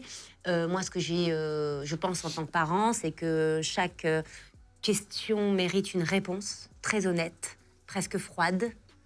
Parce que je dis tout à ma fille et tout. Bon, moi, elle n'est pas une curieuse dans ce domaine-là. Elle est très. Elle est encore petite, de toute façon. C'est très léger, cette ans. Ce sera dans 5-6 ans qu'elle te posera des questions. Mais tu sais, il y a un truc qui m'a pas mis en colère, mais qui me vexe presque. C'est tout. Quand j'ai été enceinte, pas mal de gens qui ont répondu. Bon, pour moi, c'est pas les plus intelligents qui ont répondu ça parce que le flux était plutôt très positif. Mais je serais curieux de voir la discussion qu'elle va avoir avec sa fille à 15 ans. Elle va devoir tout lui avouer. Mais moi, même enceinte, j'avais compris que c'était la plus grosse connerie qu'on puisse dire. Tu ne rencontres pas ton enfant à 15 ans. Ma fille sait qui je suis, ce que je fais. Ces questions obtiennent une réponse. Je suis dans un métier où le corps n'est pas un problème. Je suis une artiste, je suis sur scène, je m'exprime. Alors, je ne suis pas nue sur scène, mais c'est quand même bien entamé, hein. Non, mais bon, je fais du cabaret, quoi. Voilà, je fais des calendriers. Le corps est mis en avant, il traîne chez moi. Je vais pas asseoir ma fille à 15 ans en lui disant « Il faut vraiment que je te parle. » Oui, je ne suis pas avocate. C'est quoi ce délire, en fait? Elle sait qui je suis, à son niveau de compréhension de 7 ans. Et toutes les années, elle me comprend. Et moi aussi, je la connais mieux, elle me connaît mieux. On s'apprend. Je veux dire, c'est n'importe quoi. Et elle n'a pas le choix. Je suis sa mère. Et je pense qu'elle n'est pas si mal lotie parce qu'elle aura plus de réponses que je n'en ai eu. Et je pense qu'elle n'aura pas à faire les choix aussi extrêmes que j'ai pu faire pour se libérer. Oui, à cause de ton éducation très rigoriste, tu disais. Ça, et puis donner à ton enfant, lui offrir ce plus beau cadeau qu'on puisse offrir, c'est une palette de connaissances du monde. Ma fille a l'oreille absolue. Comme son père, elle a été au piano depuis qu'elle a 4 ans. On l'a pas forcée, c'est naturel. Moi, j'ai pas eu ces chances-là. Elle fait des cours d'art, elle est passionnée par plein de choses. Je veux dire, je pense que quand tu connais tu l'ouvres sur des choses que tu n'avais pas t'as pas forcément besoin de te diriger vers la voie du porno qui est très étroite, très contraignante. Alors, je te dis pas que je m'offusquerais ni je la contraindrai pas à changer d'avis si elle veut faire ce choix. Mais honnêtement, ça m'étonnerait. Oui, c'est ça. C'est-à-dire que, tu vois, ce choix, c'est le dernier de la liste. Hein. C'est quand on veut vraiment s'émanciper et qu'on pète un câble. Hein. C'est vrai, c'est une bonne question, ça, que tu abordes. Est-ce que si ta fille te dit « je veux faire du porno », comment tu réagirais maintenant? Je lui dirais, ma fille, je suis très mal placée pour te parler. Maintenant, je connais quelques trucs. Il faut que je te briefe sur des ah trucs. Oui, sur l'envers du décor. Est-ce que ça va t'amener comme Mais en toute honnêteté, je pense que quand tu es équilibré, un avenir devant toi, si t'es plein la tête, moi, c'est presque... je dis pas que j'avais pas le choix, mais si je voulais pas me retrouver derrière le bureau d'une banque, parce que j'étais en BTS Action Co et que c'était la voie... et que je me suis rendu compte que je ne voulais pas rester enfermée dans une banque ni dans ce type de métier. En fait, c'était pour moi un échappatoire. Je pense que ma fille aura plus de choix. Il y a une autre rumeur qui tourne sur Internet, et je ne sais pas si c'est vrai, mais je pense que ça doit être très vrai, et je pense que tu en as eu beaucoup. Ouais. C'est qu'un mec célèbre, à l'époque, aurait proposé de payer une fortune pour coucher avec toi. Et vu que tu étais un fantasme ultime, j'imagine... J'aurais bien aimé. Je vais te dire pourquoi. Je vais te dire merde. pourquoi j'aurais bien aimé, parce que là, tu parles, je pense, d'un truc... c'est Will Smith, le gars. C'est vrai? Mais c'est pas du tout ça l'histoire. J'aurais Non, adoré. c'est Non, j'aurais refusé, mais j'aurais trouvé ça génial. J'aurais trouvé ça légendaire, tu vois. Non, en fait, il m'a un petit peu branché, je pense, comme plein de meufs, parce que c'est vraiment son aura sur un plateau de télé de Coé à l'époque. Et j'ai senti un attrait un peu, et j'étais Sur très toi flattée. Ah oui. Mais voilà, ça s'est arrêté à la fin de l'émission. Il n'y a jamais eu de proposition indécente. Mais j'ai dû en parler parce que je me suis sentie quand même flattée. Will Smith, moi, c'est un délire. Hein. Ouais, c'est rigolo, j'adore Will Smith. Ah ouais, c'est vrai. Ah ouais, je trouve que c'est le plus grand acteur. J'adore. Du Prince de Bel-Air à aujourd'hui. Et oui, parce qu'aujourd'hui, j'imagine, sur les réseaux sociaux, tu sais, il y a plein de filles très jolies qui reçoivent des messages, de mecs qui proposent des trucs, machin. Et On a toi, changé d'air par rapport à... C'est vrai. Mais comme tu as été le fantasme absolu pendant des années, etc., et encore aujourd'hui pour plein de gens, je me dis, tiens, tu as peut-être reçu des trucs un peu drôles, tu vois, dans En notre fait, pays. je me sens pas spécialement visée, mais je sais que c'est le truc des footballeurs. En fait, ils branchent des meufs, et des meufs aussi michetonnes, enfin, je sais pas... Oui, dans les deux sens. Comme c'est ça, dans les deux beaucoup, sens. avec les messageries Insta. Ça, je le sais. Et donc, du coup, j'ai eu souvent des hey, salut, j'adore ce que tu fais. Des trucs comme c'est ça vrai qui n'obtiennent pas de réponse. Et alors, pour revenir sur ta cas, après donc, 1 an de tournage, tu arrêtes le X et tu deviens donc animatrice télé en 2001. Cette fois sur Canal, Journal du Hard. C'est eux qui te proposent, ils viennent te chercher. À l'époque, il y avait Devoise. Alexandre Devoise. En fait, il y a eu deux hommes avant moi. Et c'est la première fois qu'ils proposaient à une fille, parce que j'étais même pas encore tout à fait une femme, hein, j'avais 20 et quelques. Et en fait, je le prends comme l'opportunité de ma vie. C'est-à-dire que là, on va m'apprendre un métier. Et c'est chez Canal. Je l'ai vu quand même comme une opportunité incroyable. Et ça m'a vraiment formée.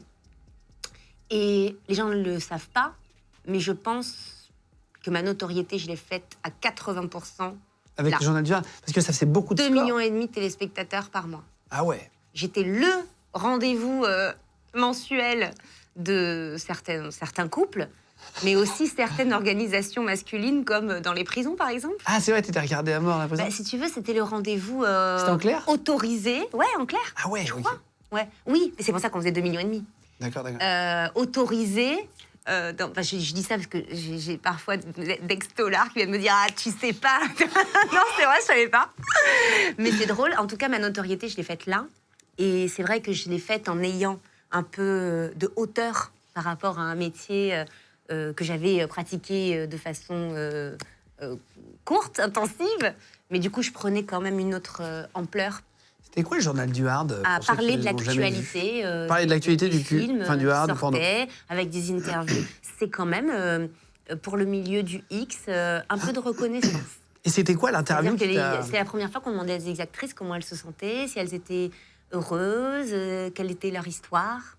Ah oui, donc t'as fait, ouais, ça t'a formé à l'interview pendant des années. À tout. C'était quoi l'interview qui t'a le plus marqué? Un truc à chaque fois quand on te dit, tiens, une anecdote. L'interview qui t'a le plus marqué au Journal du Hard? Il y avait des réalisateurs traditionnels, on appelait ça comme ça à l'époque, tradis, qui faisaient des essais dans le porno, dont Lars von Trier, ou je sais plus, je savais pas. Certains que j'ai oubliés. En fait, il y avait une passerelle qui était l'art, qui faisait basculer d'un monde complètement incompris, piétiné, à un monde adulé tout à coup. Et la frontière, c'était l'art. Ouais, je comprends. Voilà, et ces trucs-là, c'est des petites compréhensions comme ça de la vie, hein, parce que je trouve que ça apprend beaucoup sur l'humanité de ces choses-là qui m'ont marqué. 2001, tu arrives à Canal. 2002, calendrier.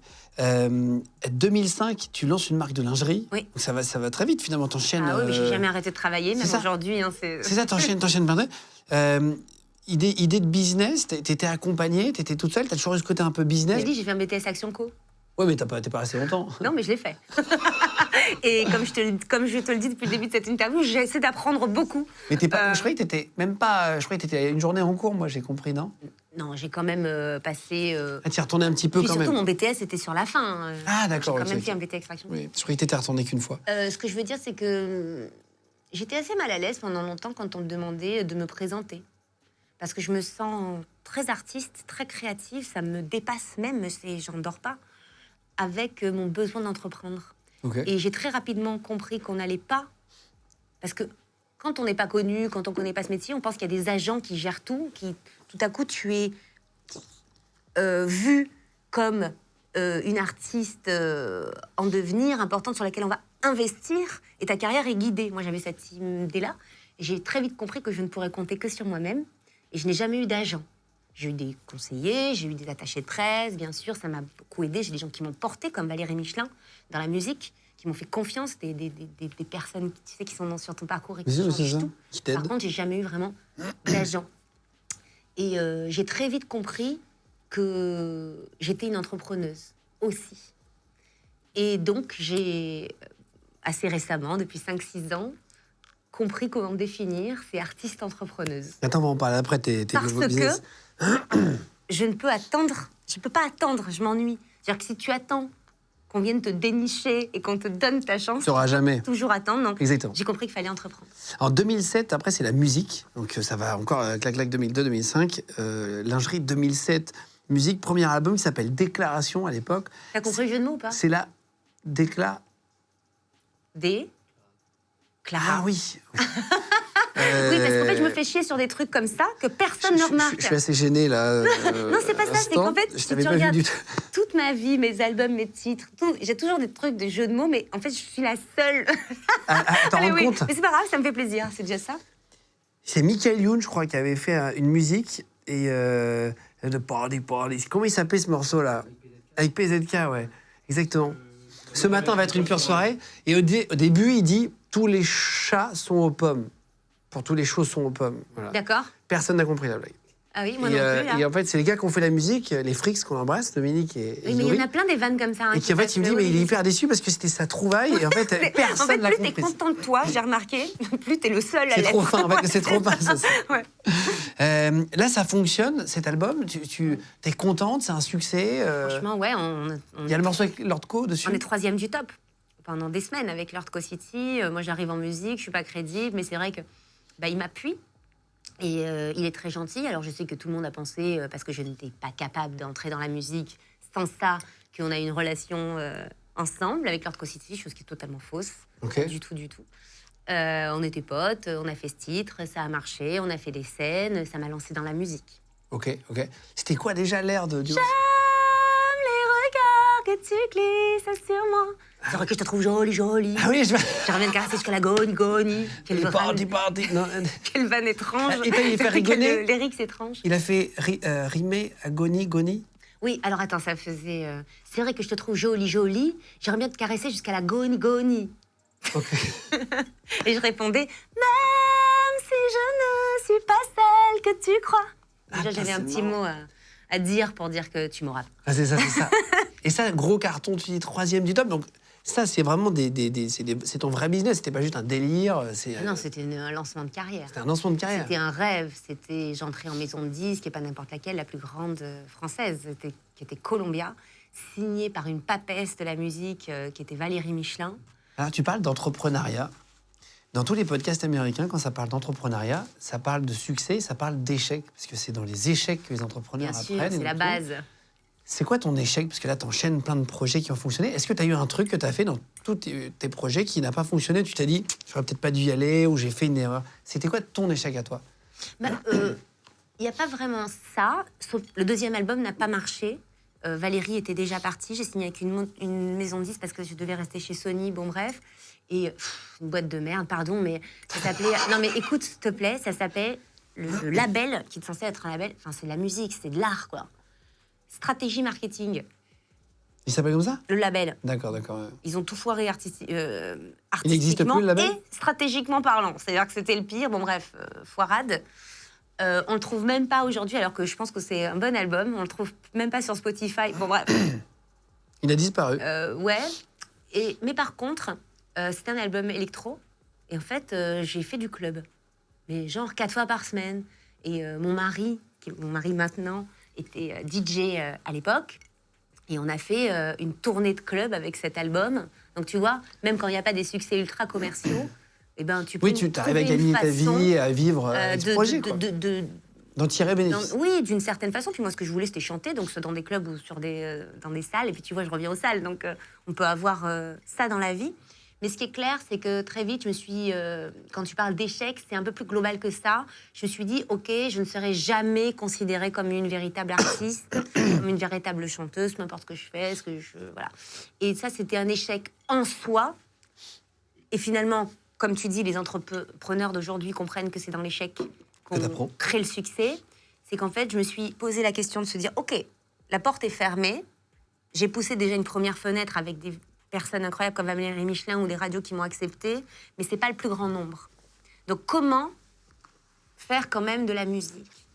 Et c'est passé par le théâtre, c'est passé par l'album jazz, et aujourd'hui, c'est dans le cabaret parce que je chante en live. C'est-à-dire que c'est pas mon activité principale pour les gens, mais au final, c'est ce que je fais. Donc c'est ça aussi, se servir des échecs, c'est comment détourner pour finalement arriver à ses fins. En tout cas, je vous mets le lien au 7e si vous voulez commander des places, si vous voulez y aller en couple, avec des potes, à plusieurs, avec Alors, une copine. Alors, on est en résidence parisienne à la Nouvelle Ève. Ça, je le signale parce que pour moi, c'est un cabaret mythique. C'est en face du Moulin Rouge, c'est quartier Pigalle, c'est là où j'ai ma boutique d'ailleurs. C'est une boutique de quoi de lingerie, toys et tout ce qui est en rapport avec l'amour. D'ailleurs, je l'appelle ma boutique de l'amour. C'est gros, hein, ça fait un coin sur Pigalle. Ouais. Et du coup, je joue à côté et je trouve que tout prend un sens, tout est cohérent. D'ailleurs, mon calendrier, je l'ai tourné avec les artistes de mon cabaret à la Nouvelle Ève. Okay. Et cette année, tout est cohérent si tu veux. Il n'y a pas que Paris. Hein. Et je suis très heureuse d'être quand même à la Nouvelle Ève, je tiens à le dire, tous les mardis, à partir du 7 novembre, là. Et en tournée dans toute la France, on a une 30aine de dates. Donc, je ne suis pas du tout encore en train de te dire « Waouh, je suis hyper fière », pas du tout, parce qu'il faut les remplir, déjà, ces dates. C'est un gros stress pour moi, parce qu'il y a effectivement la mise en scène, les chorégraphies, les textes, les répétitions, la danse, mais aussi le point de vue un peu plus en hauteur, qui est il faut réussir le pari. Oui, artistiquement, quoi. Ouais, parce que non, artistiquement, je sais que ça va déchirer. C'est vrai. Ouais. Non, mais je sais parce que je suis très très bien entourée. J'ai des artistes incroyables avec moi, des gamines de 25 ans qui montent sur 7 chaises et qui performent tout en haut, des performeuses aériennes, des feuilleuses burlesques. Je me suis entourée de femmes extrêmement talentueuses. Je sais que, honnêtement, j'ai eu hyper confiance en mon show. Maintenant, voilà, les gens ne savent pas vraiment ce qu'ils viennent voir quand ils viennent voir justement un spectacle de cabaret. Et pourquoi j'ai choisi ce mot? Parce que c'était large, mais parfois on peut penser que ça va être un peu désuet, comme tu dis. Donc il faut que les gens viennent pour savoir ce que l'on propose. Ok. Bah, voilà, je vous mets le lien, cliquable. Pareil, si vous voulez prendre des places en province. C'est très moderne. Province. C'est très moderne, je vous mets tout ça. Et on est dispo, pour ceux qui ne le savent pas, en podcast aussi, si vous voulez nous écouter de temps en temps sur Spotify, sur Deezer, sur Apple Podcasts, Google Podcasts. On est 4e des podcasts au jour où on tourne là en France et tout. Donc merci beaucoup d'être... C'est la mode, hein. Donc il y en a beaucoup. Les podcasts. Ouais, donc félicitations parce que c'est... Merci beaucoup. La guerre est rude, j'imagine. Donc merci. Et je sais que vous aimez bien quand on fait des interviews un peu longues, comme ça on a le temps un peu de découvrir nos invités. Donc n'hésitez pas à aller vous abonner.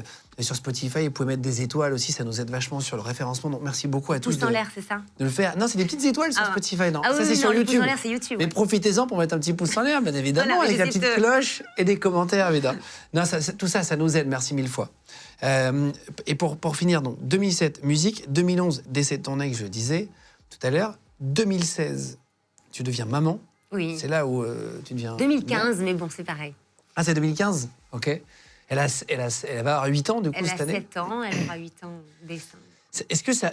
On le disait juste, mais est-ce que ça change un truc en toi, au moment où tu deviens maman? Est-ce que tu te dis, OK, il faut que je fasse attention à mes projets? Est-ce que ça change un truc ou tu continues sur ce que tu as toujours fait et tu dis, je lui expliquerai? Je pense qu'il y a beaucoup de parents qui passent par ça. Mais moi, j'ai vécu le plus grand raz-de-marée émotionnel de ma vie. Pourquoi? Parce qu'il n'y a toujours eu qu'une chose qui compte en priorité et qui surplante tout, c'était ma carrière. Et évidemment... Pour la première fois, ça change. T'as vu, c'est dingue. Oui, tu peux donner ta vie pour quelqu'un. Tout paraît superficiel et superflu. T'as envie de te lever le matin à 6h pour aller répondre à sa demande d'activité ou tu t'improvises maîtresse, enfin des trucs, tu découvres. J'ai découvert, je pensais jamais être mère. C'est-à-dire que j'étais tellement carriériste. Je voyais pas ma vie sans enfant, mais je reportais toujours à plus tard. C'est toujours quand j'aurais fini l'album, quand j'aurais fini le spectacle, blablabla. Et au final, un jour, on m'a dit que je ne pourrais pas en avoir facilement. Ah, je sais pas ça. Ok. Et ça a déclenché chez moi une urgence. Et j'ai presque tout arrêté pour me préoccuper de ça. Et j'ai jamais pu en avoir d'autres, d'ailleurs. Ah, tu en voulais plusieurs? Oui, je pense que c'était pas l'idée d'avoir une fille unique. Il y en a qui veulent, Pour c'est elle, pour ça que je vous pose la question. pour elle, déjà. Bien sûr, bien sûr. Et, mais en réalité, je le vois comme un cadeau du ciel. Et c'est vrai qu'elle a tout, et qu'elle m'émeut, et qu'elle est intelligente, elle est pertinente, elle est drôle, elle est sublime. Forcément, c'est ma fille. Donc, je la vois comme ça. Je pense que chaque parent... Évidemment, voilà, c'est le plus comprend ça. fort, c'est le plus beau. Ouais. Et ça a été un raz-de-marée. Ça a tout changé. Ça a changé qui je suis, ça a changé mes intérêts, ça a changé ce que je regarde, ce que je respire, ce que je mange, ce que je dors. T'as changé dans ce que tu manges? Ouf. Tu manges cru?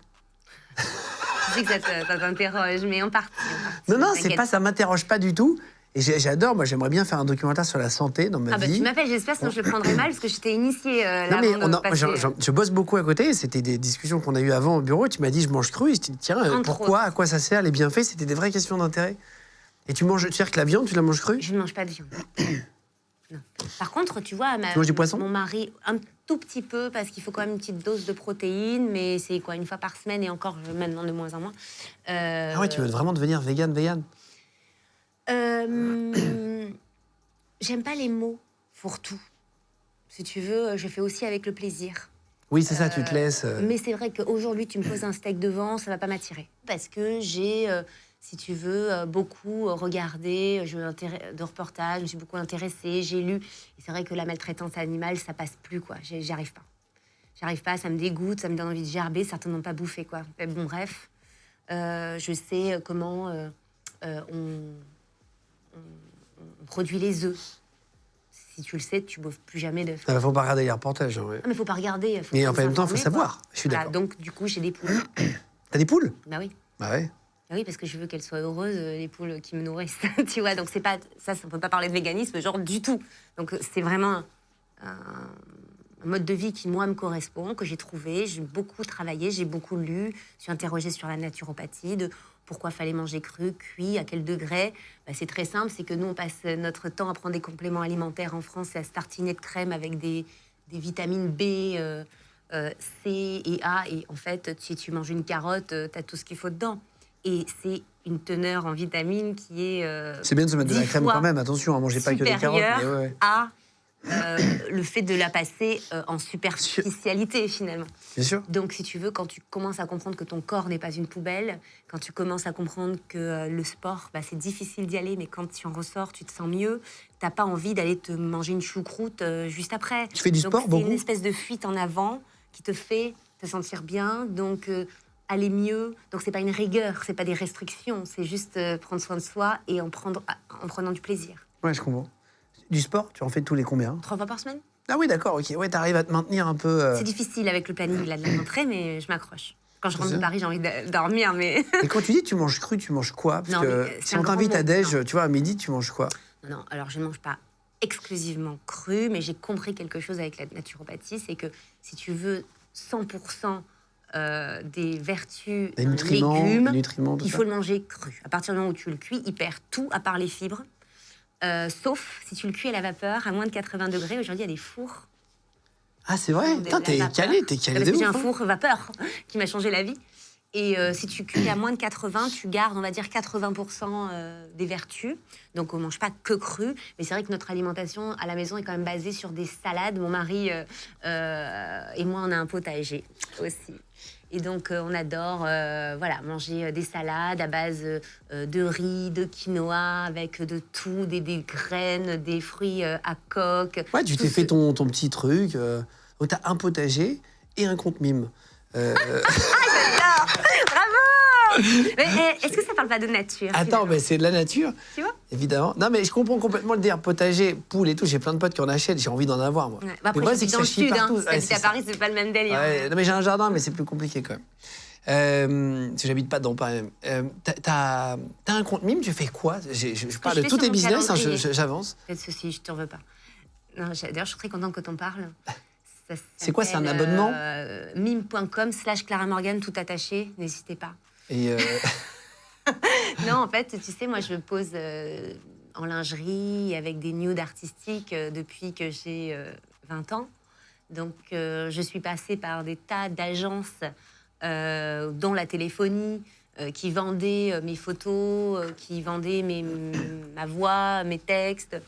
Donc, en fait, moi, j'ai trouvé que c'était extrêmement libérateur pour les femmes que d'avoir cette possibilité-là, et pour les hommes aussi, mais bon, c'est vrai que c'est un truc de meuf. Hein. Il y a des mecs qui s'y mettent. Hein. sur mime? Oui, en fait, Faut tu balader. n'as plus d'interlocuteurs. C'est-à-dire qu'avant, tu passais par des agents ou des grosses boîtes, j'ai travaillé avec ces boîtes-là, qui prenaient ton contenu, donc toi tu le produisais, ou alors ils le produisaient en te faisant venir faire des séances photos, des trucs, après ils le mettaient sur des plateformes et ils te reversaient 20%. Bah, aujourd'hui, les filles, elles prennent 100% parce que Bah oui, oui. c'est normal, c'est leur corps au bout d'un moment. Toi, t'as fait des trucs de téléphonie à l'époque, même. Ouais. Il y avait tes musiques en sonnerie polyphonique, gars. Je me rappelle. En quoi? Non, tu sais, vous vous rappelez pas les sonneries ça vous... tu sais, ça Non, fait- en fait, il y avait surtout des pubs télé. Tu sais, c'était juste des petits sons comme ça qui faisaient Non, les il y avait sonneries. carrément... Non, mais attends, on n'était pas au Moyen-Âge. Hein. Il y Ah, avait, moi, je suis pas du il y Moyen-Âge. avait J'aime et Sexy Girl, mes singles de l'époque, en sonnerie, sur ton téléphone. Mais T'envoyais un l'artiste, SMS t'as et tu écrit des recevais la textes et sonnerie. tout ça, tu te retrouves avec 2%, quoi. Ah ouais. Donc aujourd'hui, il y a eu un grand ménage qui s'est fait. D'ailleurs, c'est une grosse boîte qui se sert des attributs d'un individu. Ça peut être lié au proxénétisme. Et l'État a fermé les yeux là-dessus pendant des années, alors qu'être agent d'une fille qui pose nue, déjà, c'est un problème. Hein. Attends, une petite Tu question. tires un bénéfice de quelqu'un. De quelqu'un qui... Et ça, qui c'est vend dans interdit. son- Ouais, bien sûr, bien sûr. Bon, bien sûr. Mime a résolu ce problème. Aujourd'hui, tu ouvres ton compte et les gens qui aiment bien ton contenu peuvent S'abonner. simplement s'abonner et tu es reversé directement sur ton propre contenu sur lequel tu avais besoin de personne. Donc, c'était pas... C'est plus sain, entre Mais bien guillemets. sûr, c'est plus sain. Et attention, je sais que c'est drôle de parler de nudité.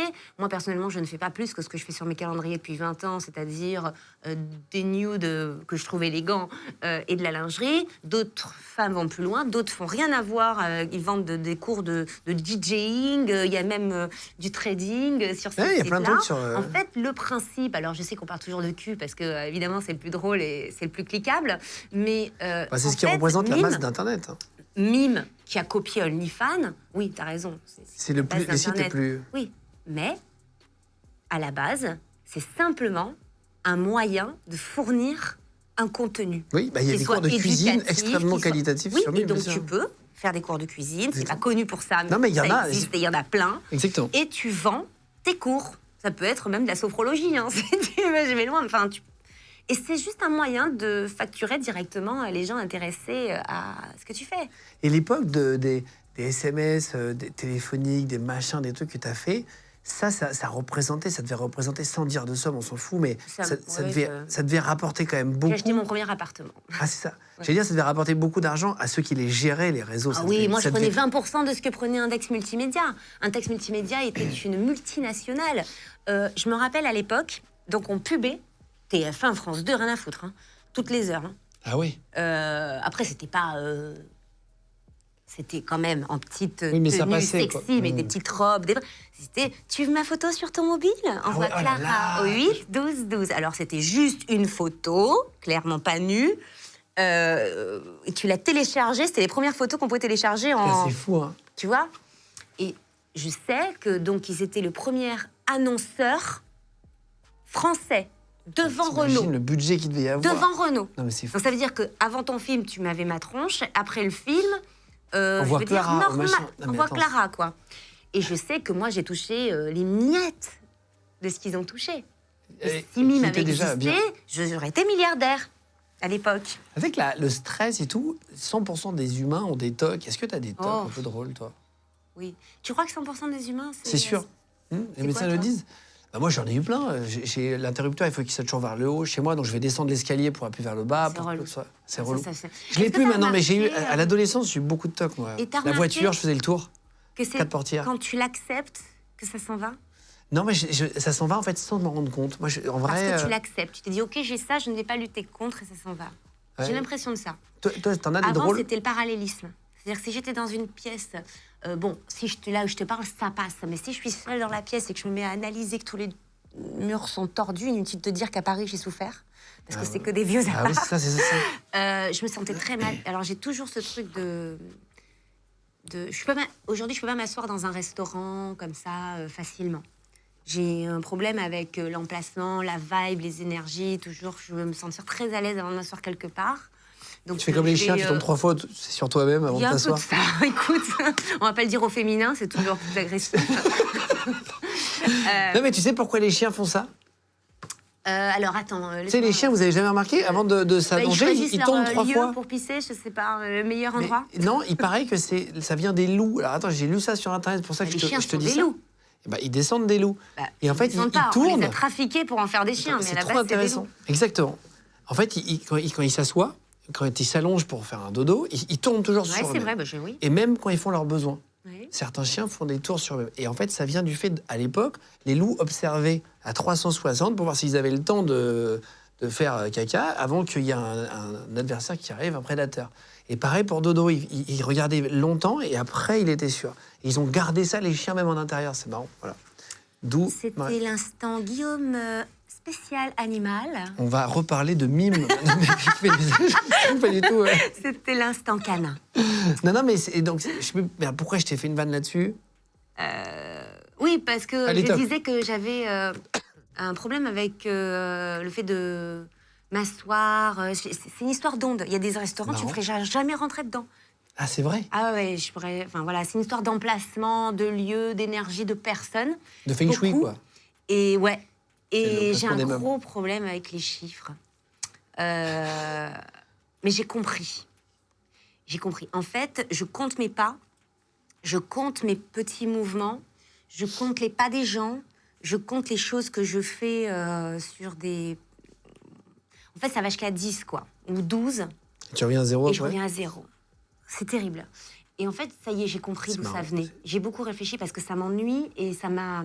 Tu sais, des fois, je chante pour arrêter de faire ça. Tu sais, ça t'énerve, quoi. Tu peux pas lutter. Tu comprends presque les gens qui ont des voix et tu le traites de dingue. Tu sais, ils se parlent... Tu te dis, putain, j'ai pas décidé de compter, quoi. Barrez-vous, tu vois. En fait, j'ai compris.